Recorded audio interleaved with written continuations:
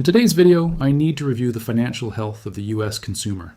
And the reason this matters, the reason this affects every single person watching, is that consumer spending makes up 70% of US GDP. 70%.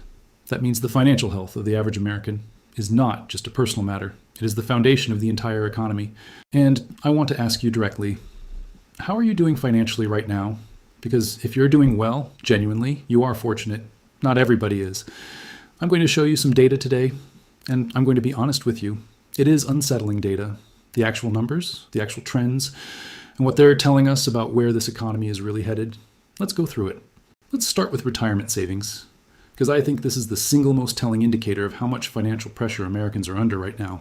According to data from Vanguard, 6% of all Americans enrolled in 401k plans made a hardship withdrawal in the most recent reporting period. 6%. That is a record high. And it was up from 5% the year before, which was also a record high at the time. Now, I want you to understand what a hardship withdrawal actually is. This is not someone taking money out of their retirement account to go on vacation or buy something nice. A hardship withdrawal is a last resort. It is money you pull out of your future because your present is on fire.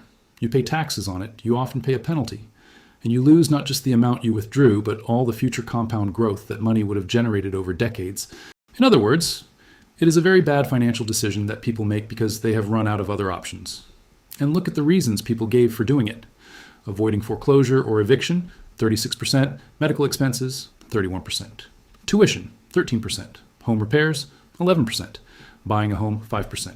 Over a third of the people rating their retirement accounts are doing it to keep a roof over their heads. 31% are doing it because they got sick or a family member got sick. These are not discretionary emergencies. These are the most basic, fundamental needs a person has: shelter and health. And millions of Americans right now cannot meet those needs without dipping into their retirement savings. And I'll say this plainly. I understand the position people are in when your back is against the wall, when it is your home or your retirement account. You protect what you need today. That is a human decision, not a financial one. And I'm not here to criticize it. But here is the part that bothers me most. That money does not come back. When you pull $20,000 out of your 401k today, after taxes and penalties, you might net $14,000. But that $20,000, had it stayed invested and compounded for the next 20 years, could have been worth $65,000 or $70,000 by the time you retired. That is the real cost of a hardship withdrawal, not what you took out, what you will never have. And the fact that 6% of all enrolled Americans made this decision last year, a record high, tells you something very specific.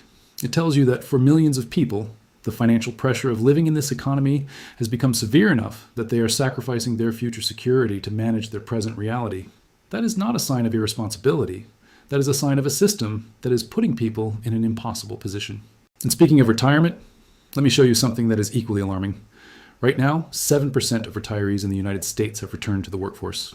They came back out of retirement. And this is a record high as well, up from 6% a year ago, which at the time was also a record.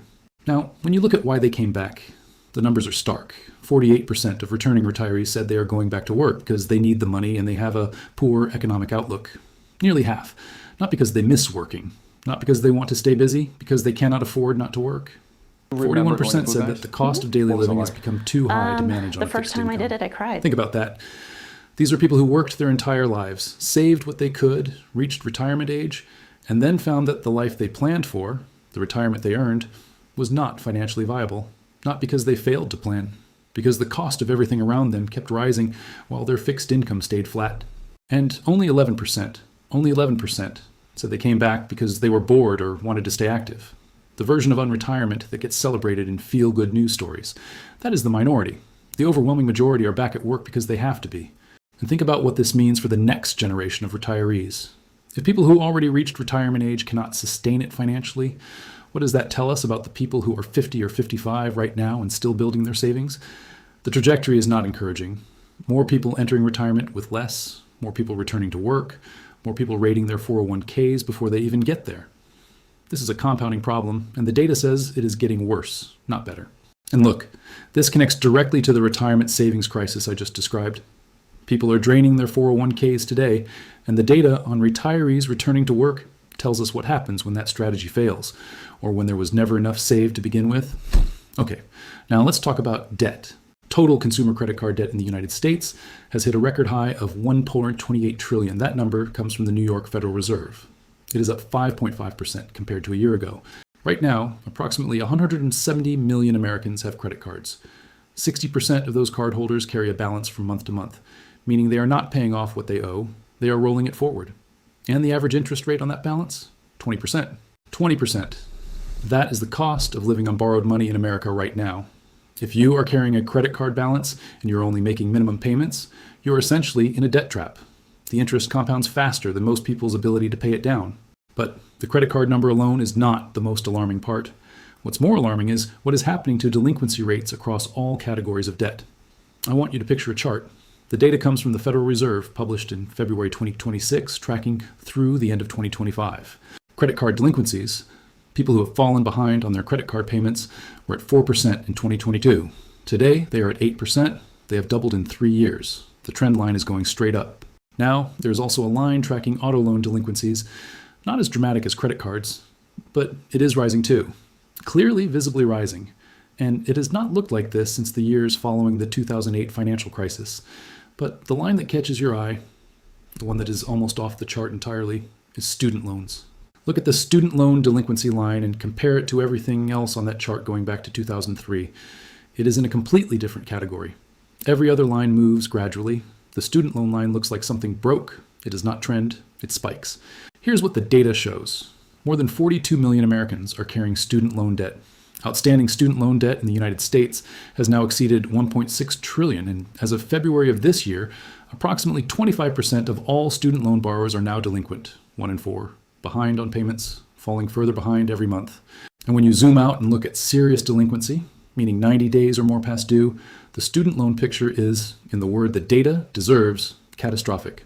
Now, if you look at total household debt delinquency across all loan types, the Federal Reserve data shows it rose to approximately 4.8% in the fourth quarter of 2025. And you might say, okay, compared to 2008, that doesn't sound extreme. But here's what matters. 1 year ago, that number was 3.6%. In 12 months, it jumped more than a full percentage point. The current level is the highest it has been since 2017, and the direction of every single trend line I just described is pointing the same way.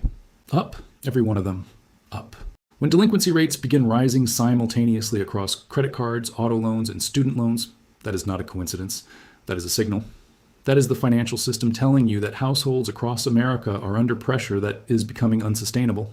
Now let me connect this to the labor market, because the headline numbers and the actual data on the ground are telling two very different stories. The official inflation rate right now is 2.4%. Official wage growth is 3.8%. So on paper, wages are growing faster than prices. Americans should be getting richer, not poorer. Retirement accounts should be growing, not being raided. People should be entering retirement, not coming out of it. Okay, but we just went through all of this data. Record 401k hardship withdrawals, record rates of unretirement, $1.28 trillion in credit card debt, delinquency rates at 9-year highs, and none of that is consistent with a population that is getting ahead financially. So something does not add up. I'll be honest with you, I have a healthy amount of skepticism about the official numbers. I'm not saying the figures are fabricated. What I am saying is that official inflation calculations measure a specific basket of goods in a specific way, and that basket does not always reflect what an average American family actually spends money on: rent, groceries, insurance, childcare, energy. When those costs rise faster than the official index, wages that outpace inflation on paper are still falling behind in practice. And the data I just showed you, all from Federal Reserve and institutional sources, is the consequence of that gap. Now look at wage growth over the past 4 years, not the headline number, the trend. It is going down, clearly, visibly down. Wage growth is decelerating quarter after quarter. That chart does not lie. Whatever the current headline says, the direction has been consistently negative for several quarters running. And now look at the unemployment rate over the same period. Not the current number, the trend. It is going up. 4.4% today sounds low historically, and it is, but 4.4% is higher than 4.3%, which was higher than 4.2%. The direction matters as much as the number. And when you have wages decelerating and unemployment rising at the same time, that is a deteriorating labor market, regardless of what the headline says. And speaking of the labor market, the February jobs report came out last Friday, and it was not a soft miss. The U.S. economy lost 92,000 jobs, when Wall Street was expecting a gain of 50,000. That is a miss of 142,000 jobs. And if history is any guide, that number will likely be revised even further downward in the coming months, because that is typically how it works. The initial number comes out, and then a month or two later, it gets quietly revised when the news cycle has moved on. The situation has gotten so bad that even the initial print came in negative. Usually, they at least start with a positive number before walking it back. Not this time. So put it all together. Wage growth slowing, unemployment rising, jobs report negative for the third time in 5 months, record delinquencies, record hardship withdrawals, record credit card debt. If Americans are already showing these levels of financial distress at 4.4% unemployment, historically a low number, what does the picture look like if unemployment climbs to 5%, to 5.5%? The delinquency lines would not plateau. They would accelerate. Every model we have for household financial stress shows that delinquency rates are highly sensitive to employment conditions. Small moves in unemployment produce large moves in missed payments, and the trend right now is moving in the wrong direction. I'm just saying. Okay, I do want to pause here and give you one piece of genuinely good news, because it is not all dark. And I think it is important to be fair. There is something that is providing real financial relief to millions of Americans right now, and it deserves to be acknowledged. Due to changes in the tax code from the One Big Beautiful Bill Act, specifically provisions that increased deductions and adjusted tax treatment for certain income categories, this year's tax refunds are significantly higher than usual. About half of Americans have filed their taxes so far this year, and the average refund is approximately $3,800. That is an increase of 8.8% compared to the prior year. For a family that has been running on fumes financially, a $3,800 check is real money. It pays down credit card debt. It covers a month of rent. It buys some breathing room. And I want to be clear, that is legitimate, meaningful relief, and I am glad people are getting it. But here's the reality check. That money is a one-time payment. It is not a structural fix. It does not change the wage trend.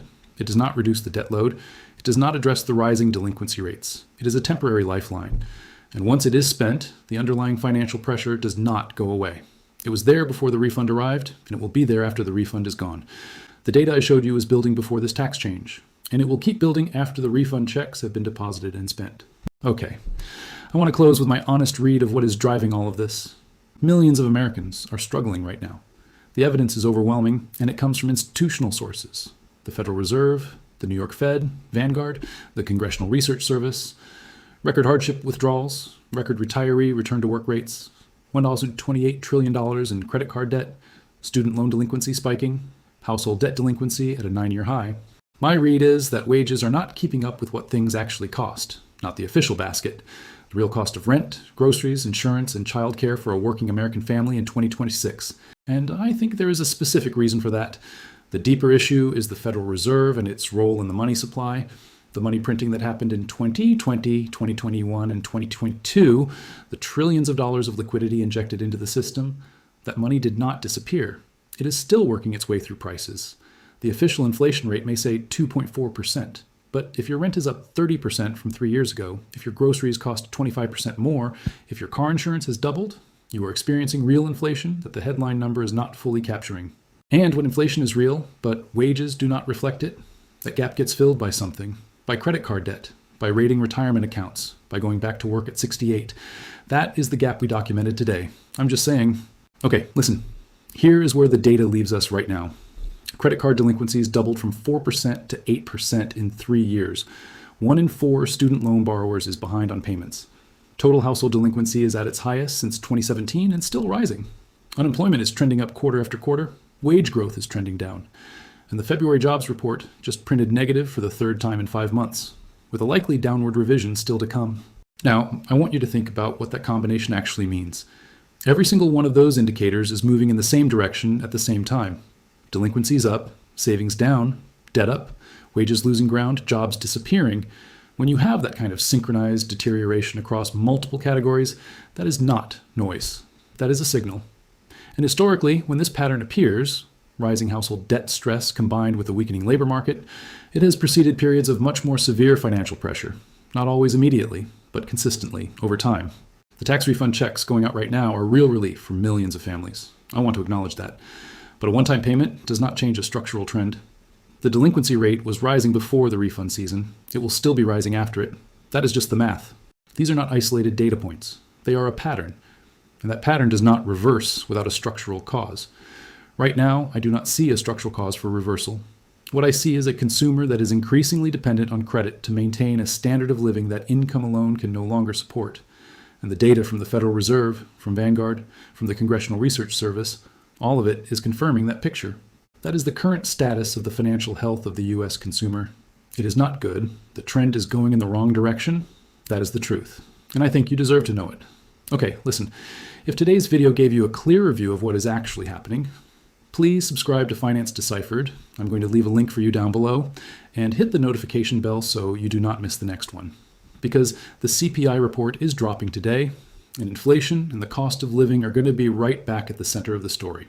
Thank you so much for the support, and I wish you a very nice day. Take care.